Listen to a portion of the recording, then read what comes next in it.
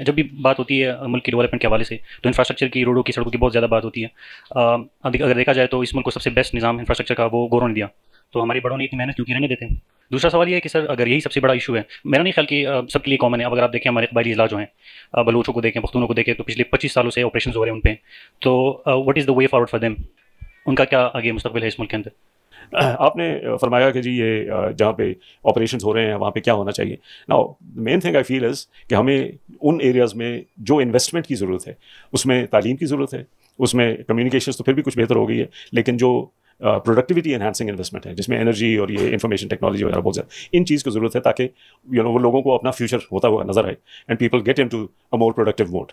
अगर वो नहीं होगा, वो भी फ्रस्ट्रेटेड होंगे और गवर्नमेंट भी फ्रस्ट्रेटेड रहेगी, and I don't see that there is any solution, but I am sure that Qaiser and Parvez have different views. हाँ, देखिए, जो इन्वेस्टमेंट इन एजुकेशन है इतनी आसानी से नहीं होती। मैंने ग्वादर में एक यूनिवर्सिटी देखी है जिसमें मशीनें चाइना से आई हैं, और ये पोर्ट में ये हैवी लिफ्टिंग के लिए है, फोर्क लिफ्ट है, क्रेन्स है, चाइना ने बनाकर दे दिया 3 साल पहले।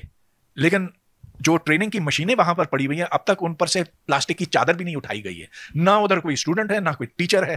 कहने को तो ये एड में हमें मिल गया, लेकिन ये इस्तेमाल नहीं हो रही। अच्छा, तो मैंने पूछा कि क्यों नहीं इस्तेमाल हो रही। पता ये चला कि कोई इंस्ट्रक्टर नहीं है। तो मैंने कहा कि बुला लें फिर कहीं बाहर से। ये ग्वादर कौन जाएगा, जान खतरे में है, कोई नहीं जाता वहां पे। मैंने कहा फिर इधर के लोगों को भेजो, चाइना में ट्रेनिंग लेकर आए, कम से कम वो क्रेन तो चला सकें, फोर्कलिफ्ट तो चला सकें।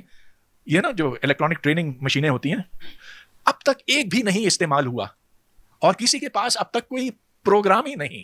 बेहतरीन खूबसूरत कैंपस माली दी है, उसकी देखभाल करते हैं, बट नथिंग ओवर देयर। जी सर, आप रिस्पॉन्ड करना चाहें?